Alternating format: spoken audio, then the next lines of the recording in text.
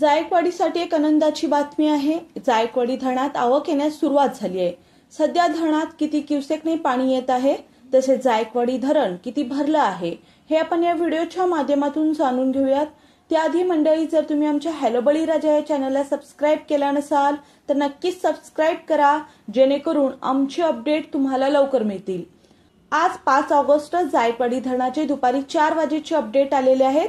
अपडेटनुसार जायकवाडी धरणाची पाणी पातळी फुटामध्ये 1500.81 इतकी आहे। जायकवाडी धरणात एकूण पाणीसाठा हा 1061.294 दशलक्ष घनमीटर इतका झाला आहे, तर यातील उपयुक्त पाणीसाठा हा 323.188 दशलक्ष घनमीटर इतका आहे। सध्या जायकवाडी धरणात 66,367 क्युसेकने पाणी जमा होत आहे। आज दुपारी 1 वाजेच्या तुलनेत आवकमध्ये मोठी वाढ झाली आहे।